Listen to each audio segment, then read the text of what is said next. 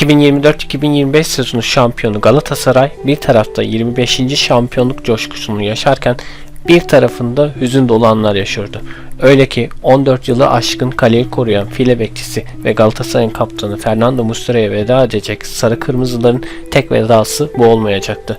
Yaşlı kurt Dries Mertens de takımdan ayrılıyor ve 25. şampiyonlukta sezona damga vuran isim Victor Osimhen de takımdan ayrılanlar listesinde yer alıyordu.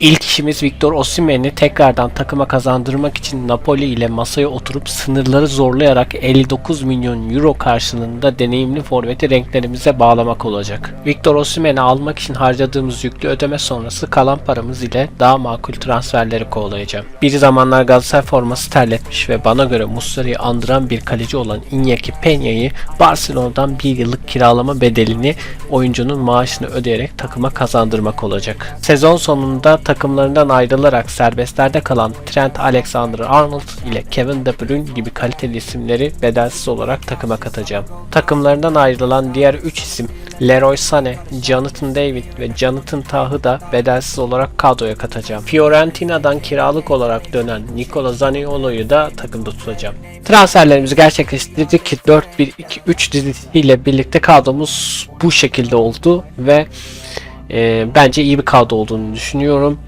Kendi mevcut bütçemizle bu kadroyu kurduk. Osimhen biraz bizi zorladı. Tabii ki de mevcut bütçemizde. Peña'yı uygun aldığımızı düşünüyorum. Alexander-Arnold, Kevin De Bruyne, sonra Leroy Sané, Jonathan Tah ve Jonathan David'i de serbestlerden maliyetsiz aldığımız için bence güzel bir kadro kurduk. Kulüp devri yapsaydık şayet kaleye Iñaki Peña değil de daha iyi bir kaleci alabilirdim.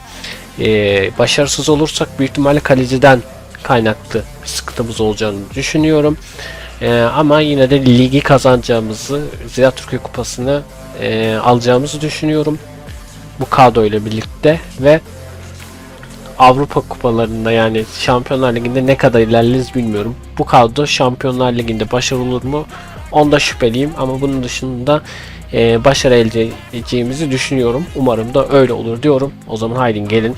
İlk önce ne yapıyoruz? Ocak 1'e gidiyoruz. Ara transfer dönemine geliyoruz ve ligin ilk yarısında takımımız ne yapmış, Galatasaray ne kadar ilerlemiş öğreniyoruz. Evet, geldik Ocak 1'e, ara transfer dönemine ve bakalım ligin ilk yarısında Galatasaray neler yapmış bunu göreceğiz. Hemen çıkıyoruz efendim. Bu arada borcumuz falan filan artmış. Hemen puan durumuna geldiğimizde Galatasaray'ı lider olarak görüyoruz. Süper Lig'in ilk yarısında 16 maçta 13 galibiyet, 1 beraberlik, 2 mağlubiyet alırken 34 attığı golde kalesinde 11 gol görmüş. 23 avarajda 40 puanla lider durumda. İkinci sırada 4 puanla gerisinde Trabzonspor takip ediyor. Fenerbahçe 3. Beşiktaş 4. Samsun 5. şeklinde devam ediyor. Ligin ilk yarısında lider olarak kapatmışız. Hemen Ziraat Türkiye Kupası'na geldiğimizde Ziraat Türkiye Kupası'nda şu an bizim durum yok herhalde Ziraat Türkiye Kupası'nda. Aynen, bir daha alt liglerin turları var. Şu anlık ligin ilk yarısında tur yok. Hemen şöyle çıkalım. Şampiyonlar Ligi'ne de şöyle bir bakayım. Şampiyonlar Ligi'nde 9. sıradayız. Son 2 hafta kala maçlara 6 maçta 3 galibiyet, 2 beraberlik, 1 mağlubiyet alarak 8 atılan golde kalemize 7 gol görüp 1 avarajla 11 puanla 9. sıradayız. Bence gayet iyi. Bu kadroyla çok Şampiyonlar Ligi'nde Avrupa'da iş başaracağımızı düşünmüyorum zaten ama yine de ligin, yani 6 maçın sonunda Ocak 1'de ligin ilk yarısı bitmişken 9. sırada olmamız iyi. Şöyle yukarı çıkarak kim birinciymiş ona bakacağım. Bayern Münih lidermiş 18 puanla. Inter, Atalanta, Sporting Lisbon, Leverkusen, Atletico Madrid, Milan, Liverpool ve sonra biz geliyoruz. Manchester City 10. sırada bizim adımızda. Real Madrid 11. sıradaymış. İlginç bir tablo oluşmuş diyebiliriz. Şimdi efendim hemen bir kadro merkezinden şöyle bir takım yönetiminde birbirleriyle anlaşmış mı takım, ona bakacağım. Artı verenler Osimhen veriyor, De Bruyne veriyor, Torreira veriyor, Sanchez ve Eren Elmalı veriyor. Diğerleri birbirleriyle anlaşmıyor. Diğerleri birbirleriyle anlaşsaydı çok iyi bir takım kimyası yakaladığımız için daha iyi ileri gidebilirdik. Ama birbirleriyle anlaşmıyorlar. Tuhaf. Niye birbirinizle anlaşmıyorsunuz anlamıyorum ki. Hemen takvime geçiyoruz efendim. Ve ne yapıyoruz? Sezon sonuna geçiyoruz. Haziran 3 sezon sonuna geleceğiz ve bakalım Galatasaray sezon sonunda Avrupa'da, Süper Lig'de ve Ziraat Türkiye Kupası'nda bu 3 kulvarda başarılı olacak mı bunu göreceğiz. O zaman haydi gelin sezon sonuna geçiyoruz efendim. Geldik sezon sonuna ve bakalım Galatasaray ne yapmış sezonun sonunda diyoruz. Çıkıyoruz efendim. Galatasaray ligi almış 88 puanla. 36 oynanan maçta 27 galibiyet, 7 beraberlik, 2 mağlubiyet, 74 atılan golde kalesine 24 gol görmüş, 50 avarajda 88 puanla. Galatasaray şampiyon olmuş. 26. şampiyonluğu almışız. Böylelikle 4 sene üst üste yine şampiyon olduk bu sezonda transferlerimizle. Hemen Ziraat Türkiye Kupası'na geçeceğim. Kupadan olmuş. Kupada Fenerbahçe kupayı alan olmuş. Beşiktaş 3-0 yenmiş. Bizimkiler ne yapmışlar? Son 16'da Çaykur Rize'ye geçmişler. Çeyrek finalde Fenerbahçe 2-1 Galatasaray'ı mağlup etmiş ve yarı finaller bu şekilde gördüğünüz üzere ve finalde de kazanan Fenerbahçe olmuş. Ziraat Türkiye Kupası'nı almış. Hemen Şampiyonlar Ligi'ne gideceğiz. Şampiyonlar Ligi'nde de Liverpool Bayern Münih'i finalde 3-2 mağlup etmiş. Biz bir kendimize bakacağız. Ligde 9. sıradaydık ilkte. Son maçlarda, son 2 hafta maçında da 7. sıraya gelmişiz. Galatasaray 8 oynadığı maçta 4 galibiyet, 3 beraberlik, 1 mağlubiyet almış. Bence güzel. 11 atılan golde kalesinde 9 gol görmüş. 2 avarajda 15 puanla 7. sırada tam. Bence gayet istatistik olarak çok iyi Şampiyonlar Ligi'nde. 4 galibiyet, 3 beraberlik, 1 mağlubiyet almış ve fazla gol atmış ama fazla da gol yemiş. Ama 15 puanı toplamış. 7. sırada kendini bulmuş. Playoff oynamayacak sanırım.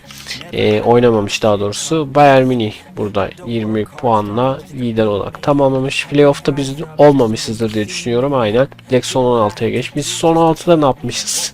Kimle eşleşmişiz? Son 16'da son 16'da Juventus'la eşleşmişiz. 1-1.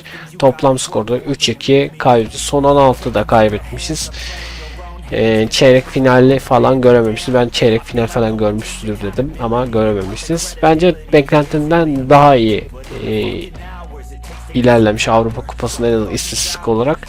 Zaten demiştim Avrupa'da kurduğumuz kadro bu kurduğumuz kadro Avrupa'da pek başarılı olacağını zannetmiyorum demiştim ama ligi almışız, kupayı Ziraat Türkiye Kupası'nı alırız demiştim. Ziraat Türkiye Kupası'nı da alamamışız. Zaten Avrupa'da beklentim yok, ne kadar ilerleyebilir diye merak ediyorum. Final oynayacağını düşünmüyordum zaten. Öyle yani sonuç olarak oynayamamışız ama iyi ilerlemiş. Yine de beklentim daha düşüktü. Yine de iyi performans çıkarmış. Hemen Avrupa Ligi'ne bakalım isterseniz. Avrupa Ligi'nde Manchester United burada da finalde oynuyor. Manchester United Tottenham'la oynayacak biliyorsunuz. Manchester United ve burada finalde kazanan isim olmuş. UEFA Konferans Ligi'ne geldiğimizde de Fiorentina Real Betis arasında geçmiş. Fiorentina tek golle kupanın sahibi olmuş. Şöyle gideceğim efendim. Ben bir takım yönetimine bakacağım. Takım yönetiminde anlaşmalar pek olmamış.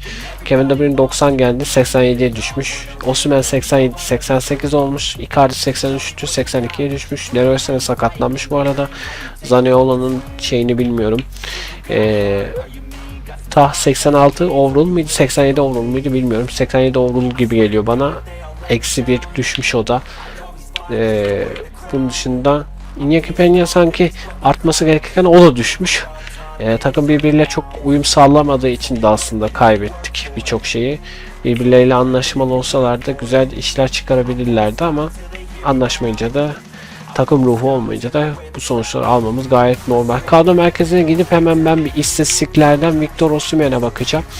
Victor Osimhen 36 maçta 21 gol 4 asist katkısı sağlamış. Jonathan David'i de oynatmışızdır. Jonathan David 7 maçta 2 gol kaydetmiş ligde. Lige bakıyorum sadece. Ligde Icardi'de 13 maçta 6 gol kaydetmiş. Icardi'yi pek oynatmamışız. Morata daha çok oynamış Icardi'ye göre. 27 maçta 9 gol, 8 asist katkısı yapmış. Gerçekten de Morata iyi iş çıkartmış. Özellikle 8 asist katkısı çok iyi. Gole göre golü düşük kalmış ama 8 asist katkısı gayet ideal olmuş diye. Eğer kendimiz kulüpleri bassaydık Iñaki Peña yerine daha iyi bir kaleci alarak belki daha iyi ilerleyebilirdik. Avrupa'da da daha iyi ilerleyebilirdik. Büyük ihtimalle biz zaten çok fazla gol yedik. Ligde de sonrasında UEFA Avrupa Ligi'nde de çok gol yemiş. UEFA Avrupa Ligi, UEFA Konferans Ligi'nin ama Konferans Ligi'de kafa karıştırıcı. UEFA Şampiyonlar Ligi'nde fazla gol yedik zaten.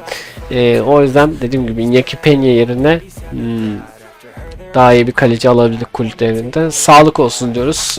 Iñaki Peña'yı seviyorum. Muslera'ya benzetiyordum zaten onu. Yine gelse Galatasaray'a isterim. Bence başarılı bir kaleci.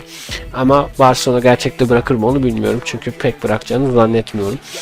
Eğer de dediğim gibi kulüplerimiz olsaydı Iñaki Peña yerine daha iyi bir kaleci alırdık. Daha bence istatistikleri değiştirebilirdik Avrupa'da falan ama böyle oldu diyorum. Dediğim gibi de zaten burada ligde 24 gol yemişiz. Şampiyonlar Ligi'nde de 11 golle 9 gol yemişiz. Yani dediğim gibi Iñaki Peña çok sağlıklı bir seçim olmadı.